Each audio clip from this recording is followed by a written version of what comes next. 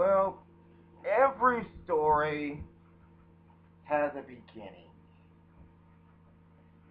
much like Kingdom Hearts had a beginning. You're probably wondering, no, I mean Kingdom Hearts started with Kingdom Hearts 1.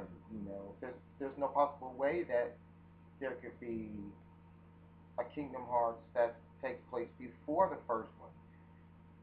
There is actually.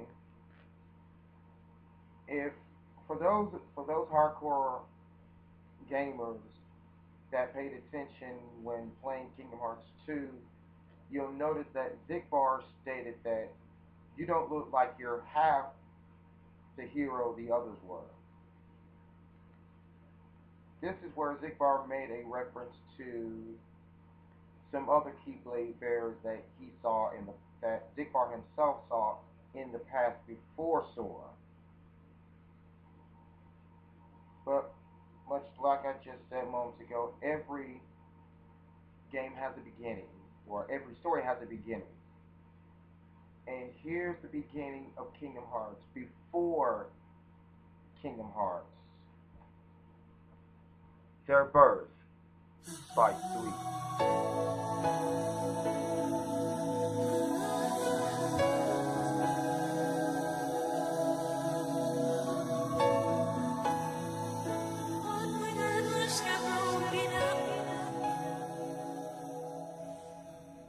Now, with Kingdom Hearts Birth by Sleep, now you're probably thinking that you're gonna have Sora and or Riku available as party members, but you're not.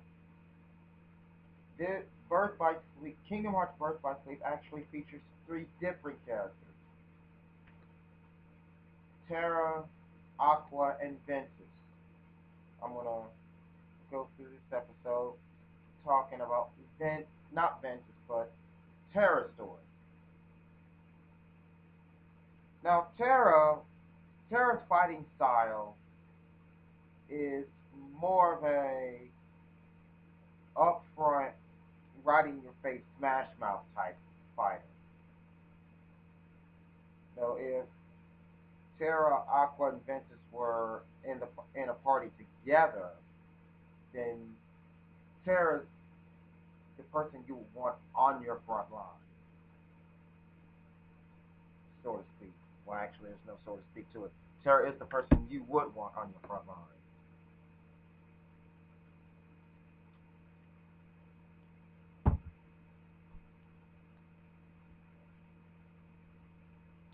Now, of course, Terra, Aqua, and Ventus are gonna run into monsters known as the Unversed,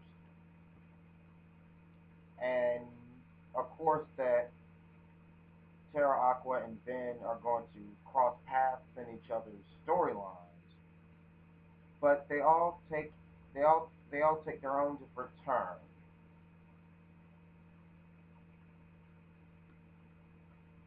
The After the tutorial, the game starts where if you are playing as Terra, it starts in the land of departure after well yeah, it starts at the land of departure just before the mark of master exam. Both Aqua and Terra are being tested to see if they are knowledgeable enough to become masters of the Keyblade or Keyblade masters.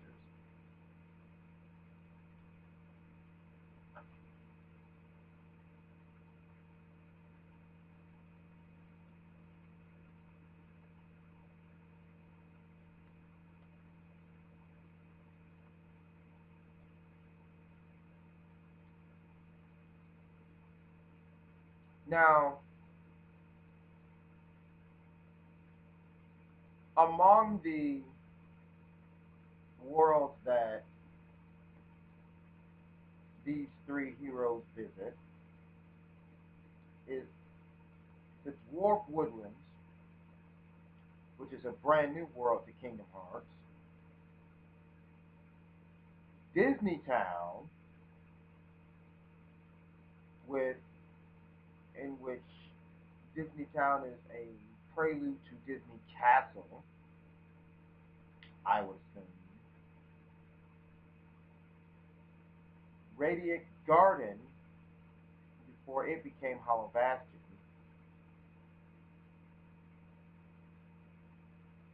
There's also the Enchanted Dominion, which Maleficent resides before the Enchanted Dominion was consumed by darkness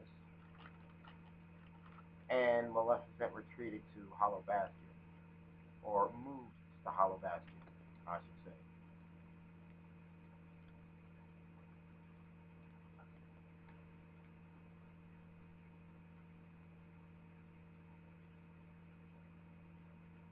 Hmm.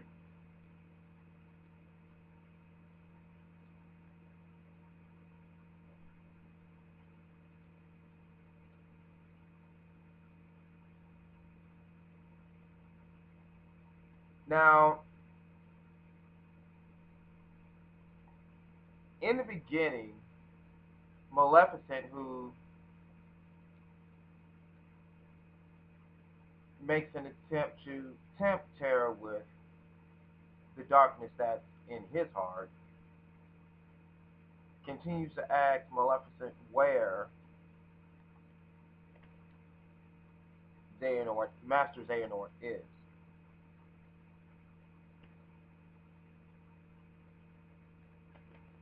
But yet Maleficent continues to tinker and toy with the darkness that's in Terra's heart.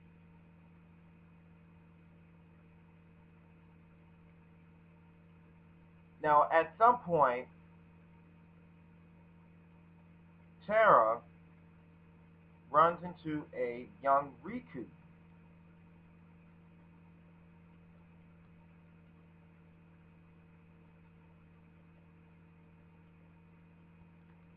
During, excuse me, at some point during Terra's story, Terra is going to confront Master Ericus due to the fact that Master Ericus is trying to kill Ven under the account that Ven himself is needed to fulfill an unseen or unknown prophecy that Master Xehanort has in store for him, which is one of the reasons why Master Ericus wanted Ven to stay home.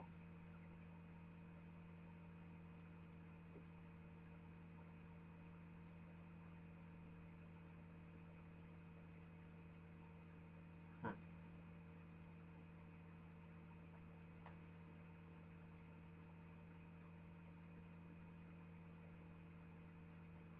Now,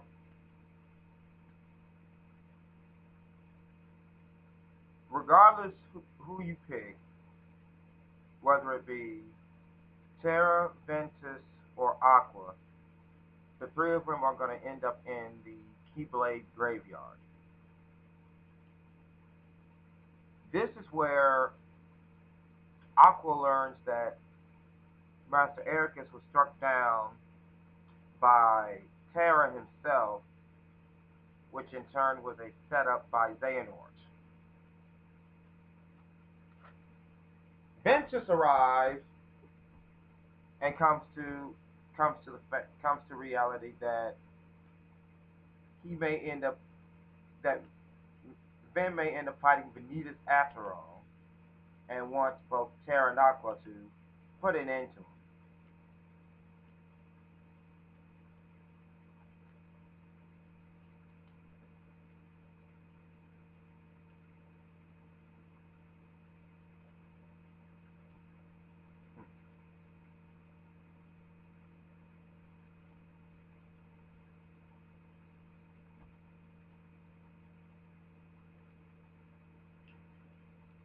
it isn't until the Keyblade Graveyard that Aqua tells Terra that, you know, you'll end up going astray again, meaning he's going to end up feeding off the darkness yet again. This is after Terra stated that he ain't going astray no more.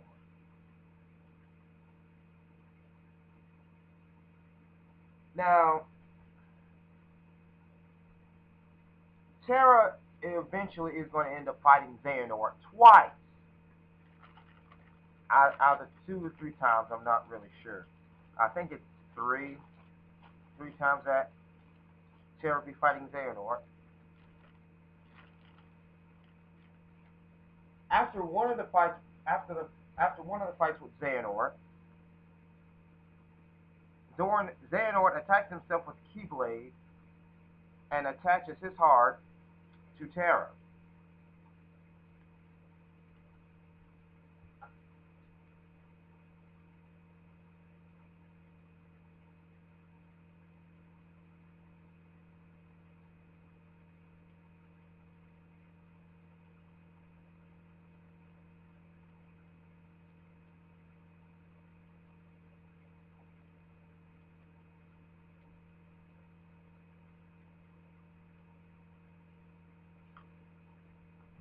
Now, it is at the, of course, this is at the Keyblade Graveyard where Terra has his last 3, 4 battles.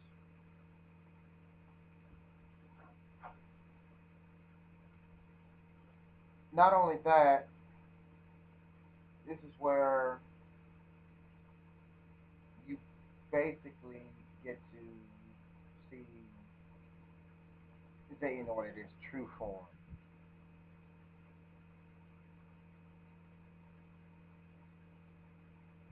The way the final battles go with Terra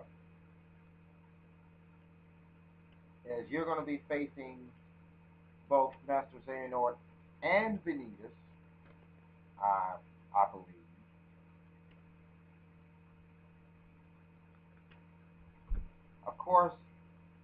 Of course, you're going to have a cutscene where Ventus is captured by Xehanort,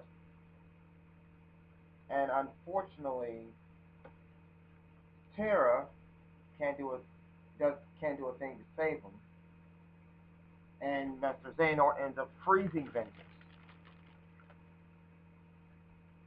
Now, Terra manages to make it back up to where Master Xehanort is.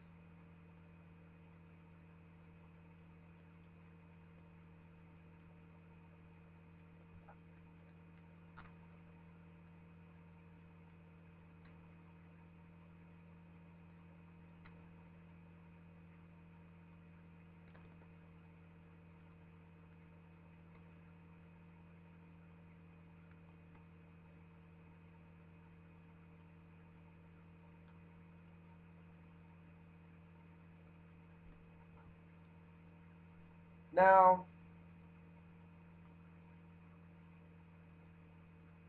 at some point during the final battle, or during the cutscene of the final battle, Terra